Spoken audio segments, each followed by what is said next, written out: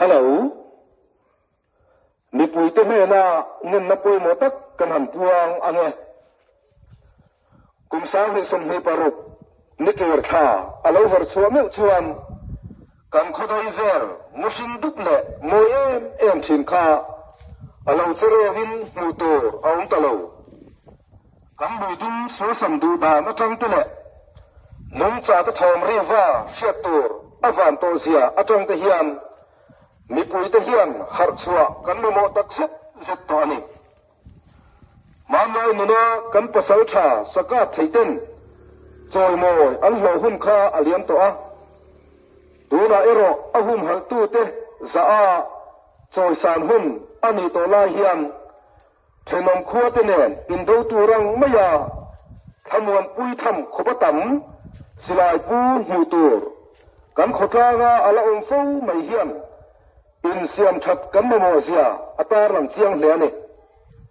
kan chom kan sai ni mia lo sa eituma patam tak man hel te hian num cha te hu zia le an tel lawa khovel afam kim lo zia te he shedu to ila kan sirai te he itungam ve to te angu ten ramno kan ti chereu na sat lutuk to awanga tor seum khopa khomum kan machun na chan te he kan ngai tua ngaem kan environment siam chatur hian en tiang tam nge contribution inei ve to in chut ngaem kha tilaya thinsar moi deuh mai sawa te pun ara antlam lui kha ka phun ani ve kha emo so tilai kong pui bula thilbuk lian pui anhoya nula tlangwa thut na so kapa phun ani so tia ko tur pakhatal kan nayan hoina inchum hoi sinduk te hi amo viau rualin kholum ti siam tur chuan atok so lova kholum zel tur tolet na kan ti thei chu atam thayang tera thingphun hi ani mai tuma chom kam lar tak kan pulami te kan sultan berchu avalum ve ti hi ani ramno siam thar le thingpun kan war lo ani chuan thang thar ten avalum ve ti he in chibai na chom kam mo emo an la ron ti mayam patling fa pahni pathum lai nei to in thing pakhat po ila phun lo ani chuan avalum ve ti chom kam hman he kan rem ti lo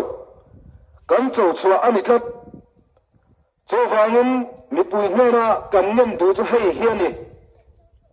pui thing fa nei to song songin ma ni fa nei sa thiu thing phun to nula le tlang fa song song ten kan ngai zong nei to sa tal thing phun tum bokila no pan song songin kan mi le pa te kan u te thing phun ati chizonga nin lei mi lo to ni yang ato bera chuan fa kan nein cho kan pe a